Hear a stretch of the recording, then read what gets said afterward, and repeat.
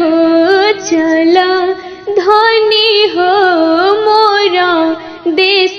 हो चला धनी हो मोरो देश हो कैसे में चले प्रभु जी राउर देश हो पापा बिना कैसे रहब हो पापा बिना कैसे रहब हो कैसे में चले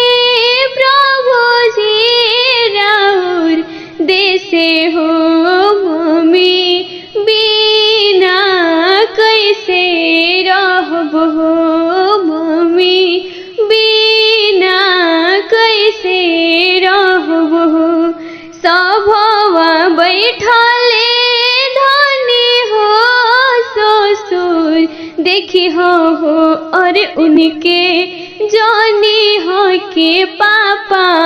हवन हो और उनके जानी हो के पापा हवन हो अंगना में धनी बैठल सासू देखी हो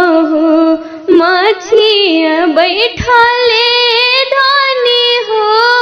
सासू देखी हो और उनके जानी हो कि मम्मी होवे हो और उनके जानी हो कि मम्मी होवे हो मड़वा में आते सुंदर दुल्हा लोभ कैलन हो चला धनी हो अपन देश हो चला धनी हो अपन देश हो कैसे में चले प्रभु जी राउर देश हो भैया बिना कैसे रहब हो भैया बिना कैसे रहब हो भैया बिना कैसे रहब हो कैसे में चले प्रभु जी राउर देश हो भाभी बिना कैसे रहब हो भाभी बिना कैसे रहब हो